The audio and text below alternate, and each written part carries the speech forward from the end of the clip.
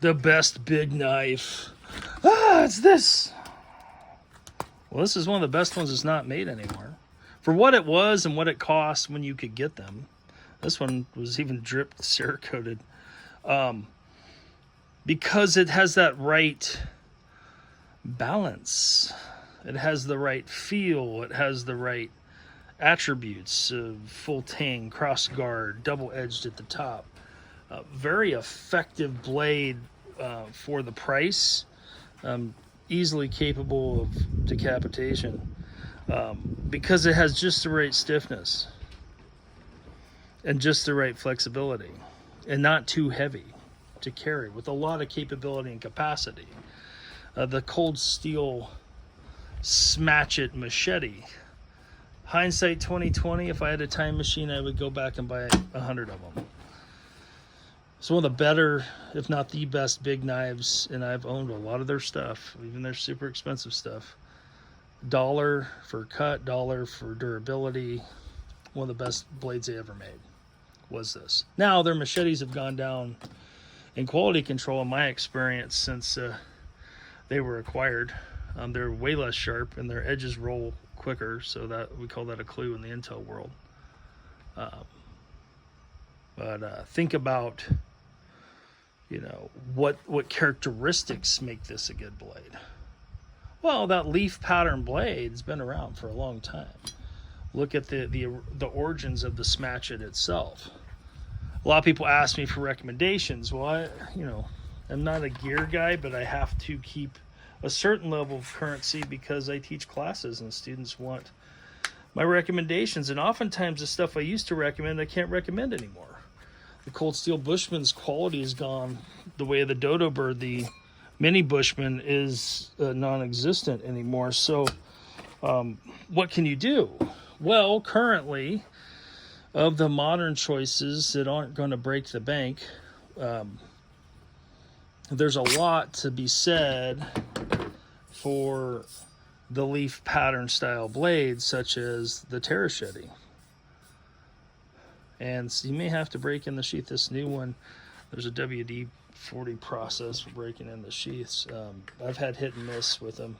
Use them in classes. What's good about it? Has a lot of good things going for it. One, you can get it in non-threatening colors, which has its own deal. Excellent idea with where the placement of the lanyard is for when people are first learning blade. That Scandi edge is extremely useful. Very good temper. I've had hit and miss with some of the stuff from Condor. I just got one of their spears in. Not a big fan. It was duller than a butter knife.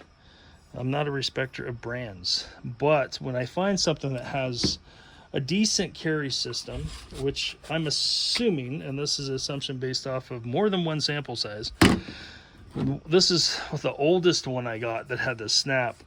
All the ones since then haven't had the snap. I don't think it needs it. I think it was redundancy. And matter of fact, the screws seemed a little bit weaker on the first one I got as opposed to the other ones. The blades have held up very well to impact. I've been very happy with the price point for the way the sheath system is. I wish the sheath had a snap and a swivel like some of their other ones do. Make it easier to get, or just a swivel. It doesn't have that, so these portions, these screws, you will find that sometimes these are extremely stiff to open, so you're gonna have to do some break-in or check, and it's hit and miss. Every color, it doesn't matter. It's I think it's how it's cut and when they form it, and if there's any debris inside the sheath in the manufacturing process. So you might want to look at that. Go into it knowing that, not really look at it, but go into it knowing that's a possibility. However, currently, the Terrachettes are very good trainers for starting with your blade education for the big knife. They're not double edged, so there's all kinds of grips and ways to hold them and use them when you get good training. And it transfers very well into a lot of different martial arts. This one I've had for quite some time, and I have yet to sharpen it. And the edge hasn't rolled; it's still functional. And I'm talking some serious impact this one's gone through. So, yeah, so far pretty good. The chamfering of the holes, which I think Tuhon build, it's hit and miss with them. But you can see that's starting to fray the 550 cord a little bit. But a very useful tool that's not going to break the bank. And I get nothing from them. I never have, not even a free knife. It's just an option that my students have asked for. I'm always on a constant search for something that is a good value of function as well as capability and capacity. It used to be this, but not so much anymore. These have still been good. The sample size I've had. When you start going through knives, I've got boxes of broken knives. When you teach knives, you see what works and what doesn't. And there's certain characteristics and traits I look for. And a big one is safety. And having the safety mechanisms of a good plastic sheath that's not going to shatter, as well as the ability to use a lanyard so it doesn't freaking cut you. When people are first learning, oftentimes, with stuff that's in the blade swings right to you. But if you have it here, it's not. If you lose your grip, the blade doesn't swing into you, and that's, I think, an excellent safety mechanism for beginners. Remember, your 550 cord will stretch, so you might have to adjust it. But it's learning the kinesthetics is where people get cut the most, because they're just not used to those motions, especially if they're older. So when you start learning things, it's good to be safe. And one of the things, always eye protection. I sound like a safety Nazi. Well, there's a reason for it, because I've seen blood. Eye protection when we're doing any type of impact or cutting with these type of tools. It's a high pitched ring, so maybe ear protection. I have hearing loss, so I couldn't tell you on that one.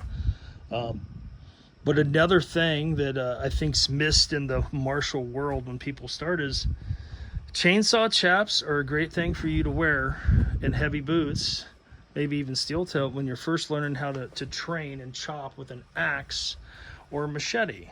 You see, the problem that I see is I see all these people running training schools, check, got it. They don't think of the second and third order effects, because they're unsafe. And it's just a matter of time when that pride's going to catch up to them and they're going to have a fall. And it's sad. It's sad because it's totally preventable. But propaganda, inactivity, pride, and ego gets in the way. And people end up hitting themselves in the foot with an axe. End up hitting themselves with a machete. They end up, hurting people in training. Coolers slamming into them and hurting their back. Pulling firearms, mixing live and ball or live and airsoft, not a good idea. Range safety setup is a real thing. The threat of Chinese knockoff lasers, people think they can tell the difference by looking. You can't. I can't. And the negligent discharge that no one hears or sees of that non-eye safe laser when someone's treating someone, burning their eyes. I wonder if the fake experts even thought about that when they put out their packing list. No, they don't, because they don't know how to train. Capability breeds what? It comes from what? Capacity. Being safe and consistently safe. Otherwise, you cut yourself in the leg, now you're out of training. Don't hurt your training partners, right? Problem is these young people that are new to these genres, they run off half-cocked and want to, speed up at extra speed. Well, when the speed and the stress goes up, if the safety isn't exponentially going up, you're wrong. You're wrong. You're wrong. And if you think you can get someone from zero to hero in 3 days, it's just a matter of time. Especially if you can't do don't know, don't have it as a profession, are still LARPing, playing dress up. Are you playing dress up? You have solidified, established experience. Reps and sets, man. Reps and sets. There's plenty of good, safe trainers out there. Most of them have military experience. A lot of them do. Those that don't, that are doing tactical training, ask them what their certifications are. Ask them where they got their education. You see, I'm not promoting this brand so you go out and buy it. I could care less what you buy. I'm looking at the characteristics of something in order to be safe, in order to be employed in training. There's a reason why I tell people they need blue guns. They need fake guns to do training with. There's a reason for that. And if that trainer lost their fake gun, how much of a trainer are they really?